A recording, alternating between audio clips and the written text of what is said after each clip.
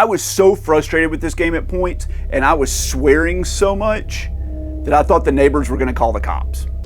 Hey guys, I'm RNG Gamer. I play all my games randomly, and welcome to Beating the Backlog, the show where I review the 5 games that were picked for me to play randomly, including one that may be the best game I've played all year, so you'll want to stick around for that. This game I started playing in June of 2021. If you want to know how long that's been since we started it, we sold our old house, bought and moved to a new house, got pregnant, had the baby. The baby had its first birthday, and that first birthday was 6 months ago. Needless to say, it took us a little while to finish it off, but it did win Game of the Year back in 2021, so we were excited to play it. And that game is It Takes Two on the PS4. I started playing this game before I even thought of doing a YouTube channel. Like a year before I started doing this YouTube channel. That's crazy. It's done by Hazelight Studios. They're the same people that put out like Brothers, A Tale of Two Sons, and A Way Out, both of which were really good and impactful games to me when they came out. I think I got the Platinum Trophy on both of those games. Just like A Way Out, this game has to be played in co-op, so you have to play it with another person. It Takes Two is a platforming puzzle game. There's lots of really interesting mechanics, and I will say that this game does the best job I've ever seen at taking a simple gameplay mechanic and using it in tons of creative ways. The only other kind of game I can think of that does it as well as this is like the 3D Mario games, where they have a real simple idea that's fun and they just keep expanding and expanding upon it. Every single stage in this game introduces new skills that the husband and wife have to use, in order to proceed further into the game, and it works incredibly well and it never gets boring.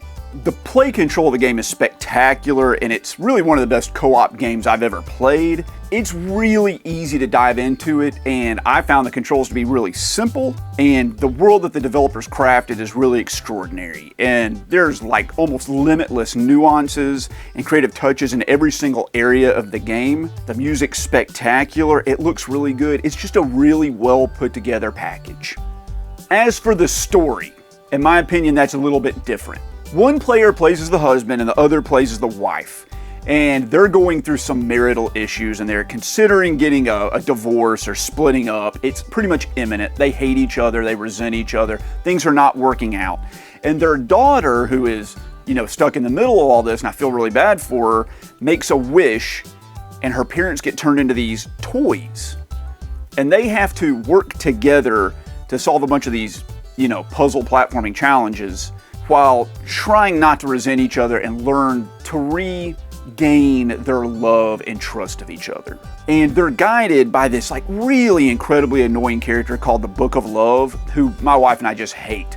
Like every time he appeared on screen, we were just like, oh, it's so painful to see him.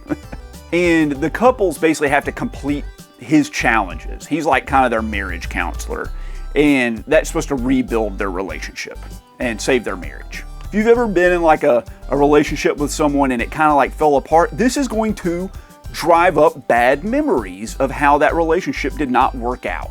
And that makes the game less enjoyable. I think that's a story that needs to be told because I haven't really seen it tackled in very many video games. But it's not uplifting. The couple's relationship, while, spoiler, it gets better in the end because they're working together, it doesn't really tackle the crux of what the issue is, like with their marriage falling apart. It's just like, oh, you need to learn to regain your hobbies that the other person appreciated. Like it boils down to you need to go back to the way you were before all these problems happened, which isn't like how things work in a relationship. Like people grow and they change and they adapt, and you need to be able to grow with your partner right alongside them, not revert back to the way you were when you were dating so you become what they originally fell in love with. I felt like that's kind of the direction this game took, and I didn't like that. The man and the woman, or the husband and the wife, are not likable characters. I didn't like them before at the beginning of the game, and I didn't really like them afterwards. They're annoying, and the Book of Love is terrible. I can't stand him. He's really irritating. He doesn't listen to their problems. He's just like, you need to do what I say and that'll fix everything. And that's not how it works, guys. It's just not. All right, enough of my relationship advice. You don't have to listen to me. There are some very memorable scenes in this game. At one point, the couple as toys are trying to like get the attention of their daughter. She doesn't know what's happened to them. As far as she knows, she made this wish and nothing happened. Her parents just like fell asleep on the couch and won't react. So to get her attention, they decide to take her favorite stuffed animal toy and like destroy it to make her cry. And it's one of the most disturbing and graphic and gruesome scenes I've ever seen in any video game is you like murder this toy elephant. I'm not gonna show it, but it happens in the game and it's off-putting. Now, I mentioned earlier that I found the controls to be really smooth and easy to play, but I'm used to playing video games. And like the jump button is where I expect it to be, and the dash button's where I expect it to be, and the grapple button's where I expect it to be, and the hook shot or whatever is where I expect it to be. I've played plenty of games that use all those mechanics, and it felt natural. My wife, who doesn't play a ton of 3D games, or really a ton of games at all, could not remember what button did what. This game uses every button on the controller. There are like 14 buttons you have to press in this game. So to like jump across a pit, you might have to like sprint, run, jump, dash, double jump, dash, and then like grapple hook, and then butt stomp. That might seem really easy, but she would just panic and start pressing like random buttons. And she got really frustrated with it. So while this is a good co-op game, it's a better co-op game when you're playing with someone that is used to playing this sort of game. However, I will say this, even though she struggled with it, we did have to learn to work together as a team to get through this game and do these puzzles. And that was a good bonding experience. We had a good bonding time with this game, just like the characters are supposed to be having in the game itself. So It Takes Two won Game of the Year back in 2021 at like a ton of game award shows. And I think that's well deserved. I had a good time with it. My wife had a good time with it. She thought it was decent. Not spectacular, but very good. I thought it was great, but not like Game of the Year good. I thought it was very good. One of my complaints is that the big environments that are so well crafted, they're just kind of empty. There are little mini games and stuff, but like they craft these big open rooms with all this stuff to look at and like nothing to do with it. I wish the game had like collectibles, so it made exploring feel more rewarding. And it just doesn't have that. It Takes Two is a great game. It's an 8 out of 10 kind of game. I would recommend playing it if you have like a partner or something and you're looking for a game to play together. This is like the perfect game for that. This next game is a retro game, and I played it live on a stream on this channel, and I beat the entire game in one sitting. It was a lot of fun. It's a Halloween game. It's on the NES, and it's Monster Party. This is a beloved but kind of sort of obscure game. Like not a ton of people have heard about it. You play as this little boy named Mark, and you're visited by some like dragon monster thing named Bert. It's like it's such a dumb name. And he tells you that his world has been overtaken by these monsters, and you have to like merge with him to save it. Fair enough. Okay, sure. That's as good as a story that you're usually going to get on the NES, and that's fine with me. The game has a very dark but like campy look to it, and there are like skulls that are leaking blood and dogs with human heads and half buried alive people and all like other manner of strange and grotesque things just on the first stage alone. And I don't really honestly understand how this got released on the NES. With their censorship rules, I'm not sure how Monster Party snuck through. I was shocked with it. It's a side-scrolling platformer. You jump from platform to platform and take out like the zany and spooky enemies with your baseball bat. And all the enemies have these really frustrating and confusing patterns, and you have to like learn their behavior and placement, and that's sort of the key to succeeding at the game. You need to know where to stand so you're just out of range, so when they jump near you, you thwack them with the bat, you know, or you run under them or whatever you have to do. And as you travel along, you go in these doors to find the 3 bosses of every stage, and they're hidden. And after you kill them all, you get the key to the exit. Occasionally enemies will drop health, and you need to like learn where these enemies are so you can farm them for health, because you're gonna get hit a lot in this game. It's not really the kind of game that you learn to perfect by not getting hit. It's more of like the kind of game that you sort of tank your way through. The enemies will also occasionally drop this power pill that will turn you into a dragon. They turn you into Bert. Bert the dumb dragon. And it's only for a short time period. And he can shoot projectiles and fly, and he's very powerful. So you really don't want to like waste your time when you're playing as Bert. You need to get the lead out. You need to head to the next area as soon as you can once you're burnt, or try to find a boss and take them out. The game looks super unique, and I love the horror atmosphere and the enemies and, you know, everything, and the mindless bosses. But at least the game has a unique design to it, and it's trying to do something new, and I applaud them and commend them for trying to do that on the NES. The stages can get a little maze-like and confusing, especially like the latter ones, which I had to get chat to help me on the stream, like look up a walkthrough, and even with like 2 people working on it, it was hard to get through it. It's too confusing, some of these stages, and it's very much a Nintendo Power kind of game. I think they put these maze stages, or this one specific maze stage, in the game to keep people from beating the game as a rental. They wanted you to go out and buy the game. So that one stage, much like the monkey throwing part in The Lion King on like the Genesis, they just did not want you to be able to finish the game in a sitting. They wanted you to put your time into it and go out and buy the game, rather than renting it like 15 times. It did get frustrating, but I was able to get through it, like I said, in one sitting, about 3 hours. And it's centered around memorizing where everything is, you know, rather than using your reflexes. It's one of those kind of games, and that's totally fine with me. Everything doesn't need to be, you know, white knuckle controller squeezing difficult. Just sit back and relax, memorize the game, and work your way through it. And it gives you passwords between every level, so you just knock out like a level a day, you'll knock it out in just a few days.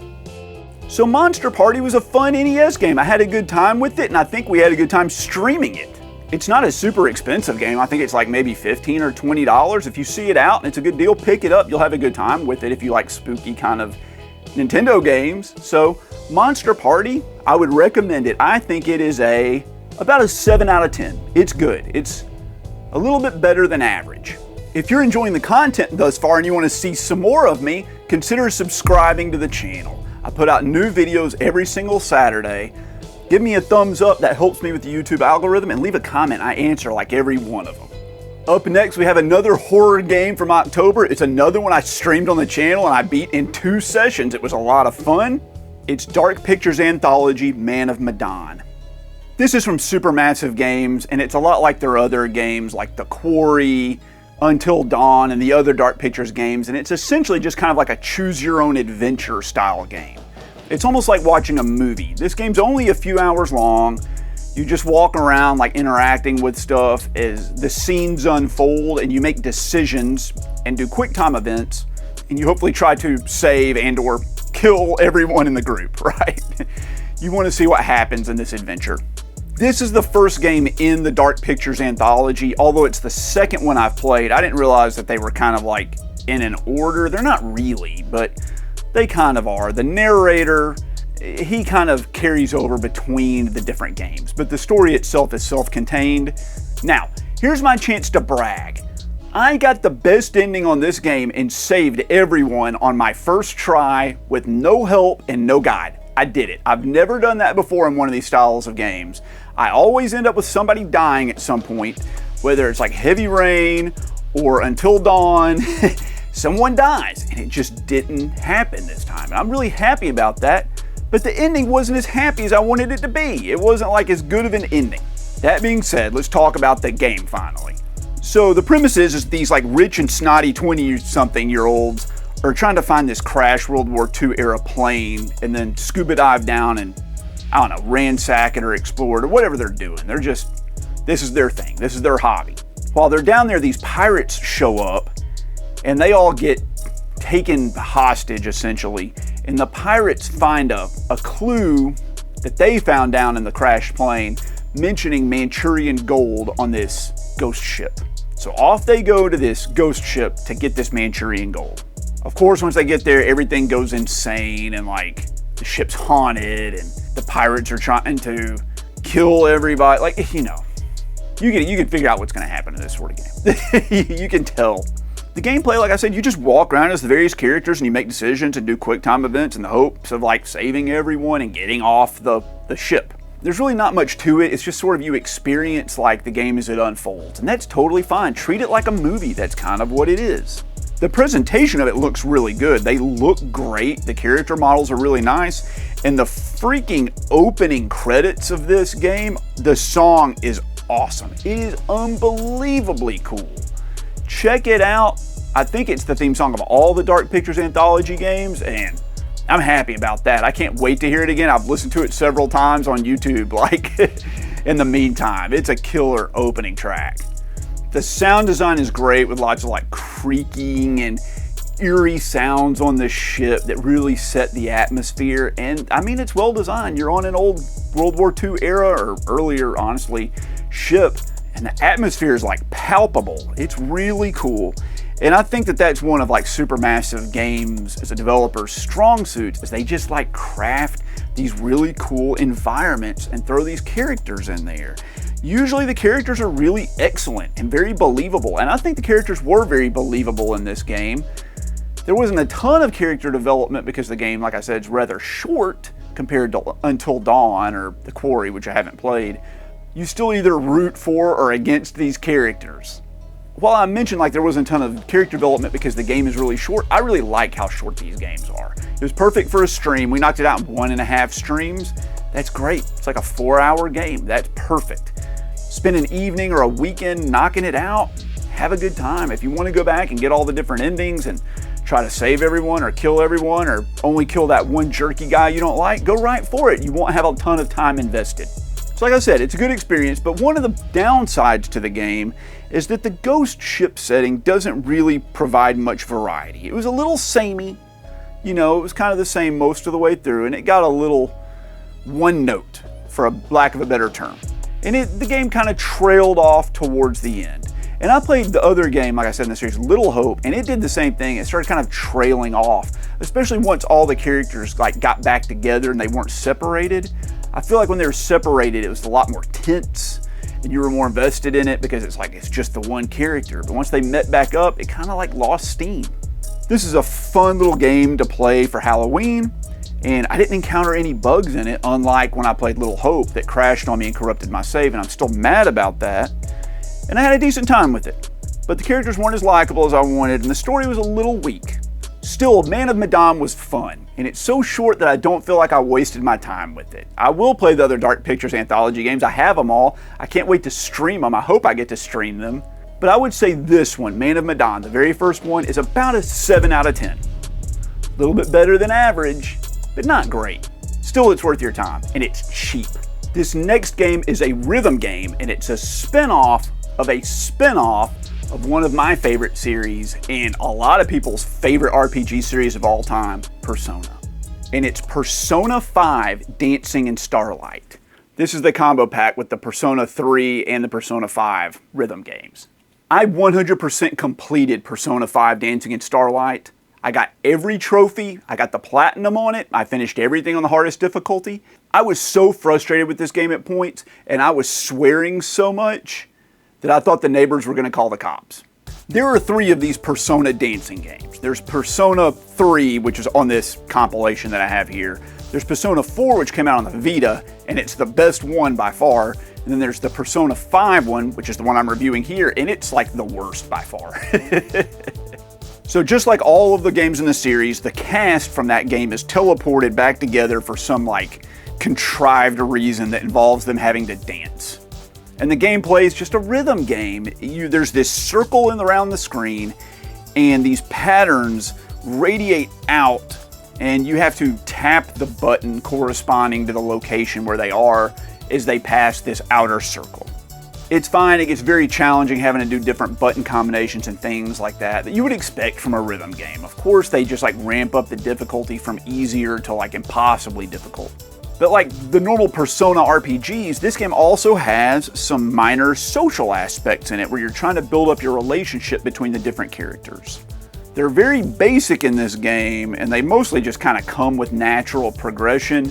It's things like play 40 songs to unlock the next part of the story with this one character, or try on 10 different costumes to unlock the next part of the story with this other character.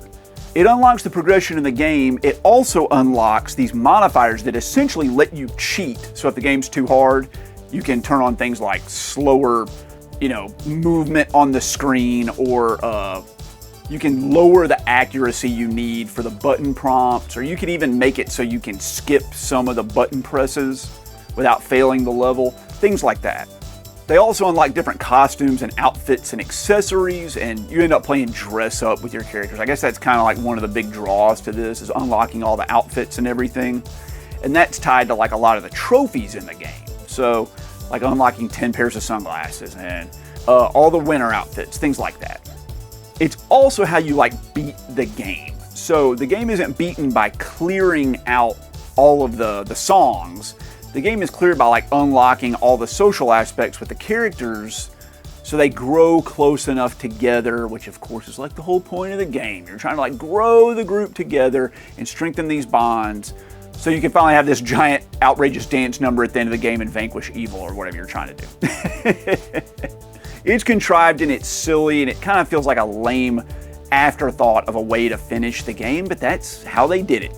Rhythm games like live and die by their music, and a lot of the music in this is kind of boring and uninteresting, which is shocking because the music in Persona 5, the freaking RPG, was fantastic. It's like they picked the most boring remixes of those songs and just like drug them out. So like the combat music song from Persona 5 that was so cool is here, but it's a weird remix and it has like these weird breaks in the middle where there's like no melody or chords. It's just like a drum beat, and it's just to like pad out the time you need to just like press more buttons. Songs that should be 3 or 4 like minutes long that are real quick and energetic are dragged out to like 6 and 7 minutes. It's really annoying and it's bad for a rhythm game, and especially bad here, like more so than any of the other games that I've played in this series. It was cool to see the Persona 5 cast again, and you know, it's one of the strongest groups of characters I've ever seen in any RPG, but it's underutilized here, like it is in all of the Persona dancing rhythm games. It could have been any characters. It feels like it's a game that was just designed and then they just kind of threw the Persona 5 cast in there. It could have been any cast, but they went with Persona 5 because it boosted sales, right? The dialogue writing is like really bad, way inferior to Persona 5, which is an RPG and it has lots of long dialogue. It's very wordy, verbose. This is really bad, but the story isn't going anywhere and it feels like nothing's really on the line. So I found myself like skipping a lot of the dialogue. They even tell you that this game is like all a dream and that none of it matters, and the cast won't even remember it when they wake up. So like, what's the point of doing any of it if none of it matters? It was superficial. It just seemed to be lacking content. Like, you have to play every song like 7 or 8, 9, 10 times if you don't fail. And a lot of the content and the good content's locked behind DLC, which is just BS. Like, that's just bad. I don't understand. It's on the compilation. It came with the Persona 3 rhythm game. Persona 3 rhythm game and the Persona 5 rhythm game are in one package, and the Persona 3 rhythm game had a lot of content, but it was like this one was just an afterthought. They were probably trying to rush it to get it out shortly after Persona 5 came out, you know, to boost the sales, and it just doesn't feel finished. Have you guys ever heard the story about the former US President Andrew Jackson? And he had a parrot that apparently just knew nothing but like swear words. I think he took it from a bar or something where people had been teaching it swear words, and then he continued to teach it more and more swear words. And then when Andrew Jackson died, they brought the parrot to the funeral, and the parrot got ejected from the president's funeral because it wouldn't stop blurting out swear words. That's me with this game. I got super frustrated. It was overly hard compared to the other ones and not as much fun. So it's like it was harder, worse songs. And I got really frustrated with it, even though I 100%ed the game. I do not think that this game is worth your time. I think it was very mediocre and it's the worst one in the series. So I'd avoid it if I were you. So Persona 5 Dancing in Starlight, as much as I wanted to love it, is sadly just like a 5 out of 10. It's just mediocre. Sorry, I wish it was great, but I am glad to be done with the entire Persona rhythm game series. It's all gone. I knocked them all out, and I platinum trophied and 100% completed all 3 of them. There's nothing left to do, except for the DLC that I'm not going to buy. This next game is the one and only game that I've played this year that was from this year. It's the only game from 2023 I've played all year.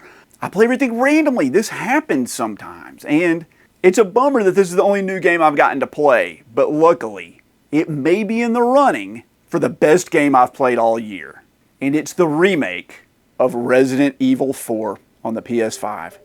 When I first started game collecting all the way back in like 2008, 2009, around that time period, I remember Googling like the top 10 greatest games of all time, and almost everyone had Resident Evil 4 as their top game. It by far was the most beloved game of that time period, and it has gone on to be considered to be one of the greatest games of all time, and definitely like the best, or if one of the best Resident Evil games. But I've never played it. I've never played the original Resident Evil 4. I have it on like every freaking console, and I've just never gotten to it. They're all in the backlog. And this one came up first. So this is the one I'm going to have nostalgia for. I can't wait to play the original and compare the two and see which one I liked better. The story of this, if you don't know, is that the president's daughter's been kidnapped by this crazy cult in Spain, and you have to go there as Leon Kennedy, one of the classic characters from Resident Evil, and go through this scary as hell village to get her, right? The cult is basically like all zombies, and they're acting crazy, and they're super powerful, and it's just you, and you feel like the underdog. And I really like that about the Resident Evil games, and I loved that about this game. When Resident Evil first came out on the PlayStation 2 and the GameCube and all that, it took the gameplay style of the Resident Evil games and changed it and moved it to this like over-the-shoulder third-person shooter. And this has retained that sort of gameplay mechanic. It is a survival horror game through and through, although it does have some like strong action sequences in it. They added this new knife mechanic, and you can like block and parry and stealth kill with the knife, and it's super overpowered. I will say the knife is like the most powerful weapon in the game, but they balanced it and they gave it a durability meter so that the knife will break after a certain number of uses. You can repair it at the shopkeeper, but it keeps the game balanced and keeps you from just relying on the knife way too much. You just can't do it. Resident Evil 1, Resident Evil 2, Resident Evil 3, I think you can beat them all just with the knife, but not this one. You have to rely on some other weapons at some point. They've also added, or maybe they didn't add, maybe this is in the original, I don't think it is, but they added these like hidden collectibles and these special requests in certain areas where you have to like go kill a super overpowered mini boss, or you have to go and shoot 5 hidden medallions around the stage or whatever. And that's really fun as a side event in this game that like breaks up the tense gameplay. You just get to like explore around and find some hidden items, or really let the environment sink in. And that's really the strong suit of the Resident Evil games. Obviously the game just looks incredible. It looks fantastic, especially in 4K. I know this video and the capture wasn't in 4K and it's just in 1080p, but it still looks really good. And the spectacular environments really shine through in the art style of this game. And the sound design, of course, is great, and the music's fantastic, just like it, you would expect from a Resident Evil game. While it doesn't look as good as Resident Evil Village, it has its own unique look, and I really like that about it. So my favorite thing to do in any Resident Evil game is just explore. After you kill all the enemies in an area, you explore around, you find the hidden items, you find all of the ammo laying around, you find the puzzle pieces, and you do the puzzles. That's my favorite part, and this game has a good amount of that, and I was really happy to see it. And I felt like I really lived in the area that Resident Evil 4 took place. Like, I feel like I was there and I got to spend enough time with it and enjoy the environments without stuff chasing me the whole time, to where like I absorbed the way the game felt. And that's what I want in any survival horror game. Unlike Resident Evil 8 that I reviewed on this channel, and I said that the first half of it was like the best of any Resident Evil game, and I'll stand by that.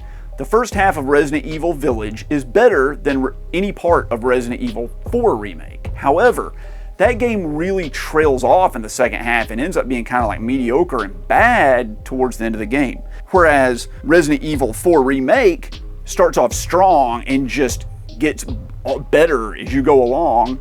The end of it gets a little bit weaker, but it's a much more balanced and cohesive gameplay experience. It stays very good all the way through. There are no down parts to this game. There are no sections that I hated and no environments where I was like, oh, I hate this. It's just strong all the way through.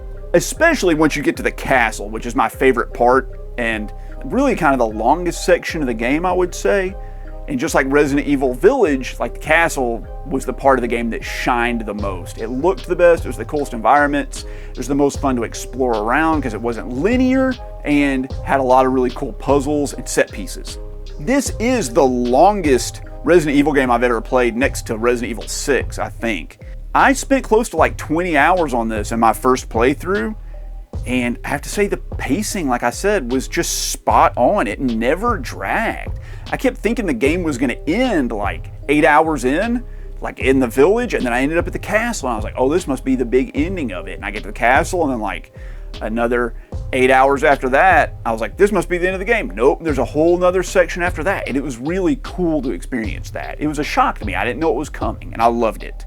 The things I hate about this are the same things that I think everybody hates in every game. And hate is a strong word. Let's just say these are the things that, I don't know, I would have preferred to be a little bit different. But maybe not. Maybe you needed these things to make the game the experience that it was. But they were frustrating. After you rescue Ashley, who's the president's daughter that you're looking for in the game does turn into like a big escort mission for large portions of it, and you have to control the spacing between you and Ashley. You kind of have her wait in one spot or hang close by you, and all the enemies go for her. They're trying to like grab her and steal her and hurt her and like run away with her, and you're constantly having to rescue her and worry about hitting her or accidentally shoot her or throwing a grenade in the wrong spot and blowing her up. It's hard and it's stressful, I have to say that, but I guess that's what Capcom was going for with this game. They want you to feel that because that's what Leon would be feeling if he was really doing it, right? Areas where like these catapults are blasting you and stuff, and you're having to control Ashley, and she's not running as fast as you, and you run past this catapult shot, and then she like lags behind and gets blasted. That's annoying. But it's not so annoying to like make you throw in the towel. It just adds a couple of minutes of frustration, not like hours. I never got stuck on any section of this game for very long. I know people say it's really, really hard, and there are tons of people online complaining about how hard Resident Evil 4 Remake is. I didn't find it to be that difficult. It was challenging for sure, and it kept me on my toes, but I thought the gunplay mechanics in it and the knife mechanics and just the general combat like worked extremely well. And like I said, I never really got stuck on anything more than, you know, it taking me 2 or 3 tries at most. I thought of one thing I really do hate about it. When Ashley is in tow and you're escorting her around, there's several times where you're trying to solve a puzzle and Ashley's stupid ass will just like randomly blurt out the solution. Like you work on it for like 2 minutes, you're trying to figure it out, and Ashley's like, maybe we should try shooting this thing over here. And I'm like, Ashley, crap, I want to solve the puzzles. That's my favorite part of the game, and you ruined it for me. There were like 2 puzzles I was really trying to sort out, and she just told me the answer. I don't like that. I think that should be an option you could turn on, or you could tell her to like shut up. But that made me mad. So 2 of the puzzles in Resident Evil 4 Remake were taken away from me. I never got to solve them because Ashley ruined it for me. That being said, Resident Evil 4 Remake was absolutely spectacular. While Resident Evil 8 has like the best section of any Resident Evil game, and it has the best graphics, and I would say a better story, Resident Evil 4 is great all the way through. It has incredible gameplay, by far the best gameplay of any Resident Evil game I've played, and that just like bumps it up so much. It really has what it takes to back up all the praise people just pour all over this game. It has the best mechanics of any Resident Evil game I've played, and after finishing it, I wanted to go right back and play it again. So Resident Evil 4 Remake was incredible. Definitely in running for Game of the Year. We'll have to see what happens at the end of the year when I rank the top 10 games I played. For a while there, I was debating whether this or Resident Evil Village was better, and I think this game is better. I would say Resident Evil 4 Remake is a masterpiece. It's the only game this year I've reviewed that is this high, but it is a 10 out of 10, and it's well deserved. You have to play it. Well guys, there are 5 more games that I've knocked out of the backlog that I played randomly. If you made it this far, I really appreciate it. That really helps me out with the engagement. The more of these videos you watch, the more YouTube recommends it to other people to see. So thank you. And I'd also like to take this as an opportunity to thank the channel members and Patreons. You can see their names on the screen right now. If you'd like to get your name on the screen or leave a message or get early access to all my videos, or even get to watch member exclusive videos, you can do that by going down to the description below and joining the channel, or going over to Patreon and doing the same thing. You can do it for as little as 99 cents. Every dollar goes right back into this channel. It helps support growing this content and making the content better. And for all of you that do that, I really appreciate it. Thank you so much. It means the world to me, and I'll catch you guys next time.